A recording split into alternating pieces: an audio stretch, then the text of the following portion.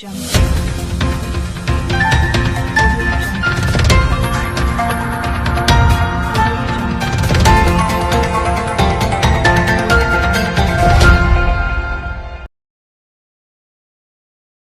ടുനെറ്റ് news കാലാവസ്ഥാ വാർത്തയിലേക്ക് സ്വാഗതം. പ്രിയപ്പെട്ട പ്രേക്ഷകർക്ക് ടുനെറ്റ് ന്യൂസിന്റെ ബലിപെരുന്നാൾ ആശംസകൾ. നോക്കാം കാലാവസ്ഥാ വാർത്തകൾ. ബലിപെരുന്നാൾ ദിനമായ ഇന്ന് സംസ്ഥാനത്ത് വിവിധയിടങ്ങളിൽ ഒറ്റപ്പെട്ട ശക്തമായ മഴയ്ക്ക് സാധ്യത. തെക്കുകിഴക്കൻ അറബിക്കടലിനും സമീപ പ്രദേശങ്ങൾക്കും മുകളിലായി രൂപപ്പെട്ട ചക്രവാതച്ചുഴിയാണ് സംസ്ഥാനത്ത് മഴ ശക്തിപ്പെടുത്തുന്നത്. പ്രധാനമായും മധ്യ തെക്കൻ ജില്ലകളിലാണ് ഇതിന്റെ സ്വാധീനത്താൽ മഴ ലഭിക്കുക.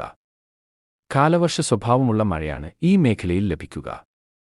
അതേസമയം വടക്കൻ ജില്ലകളിൽ ഇടിമിന്നൽ മഴയ്ക്കാണ് സാധ്യത.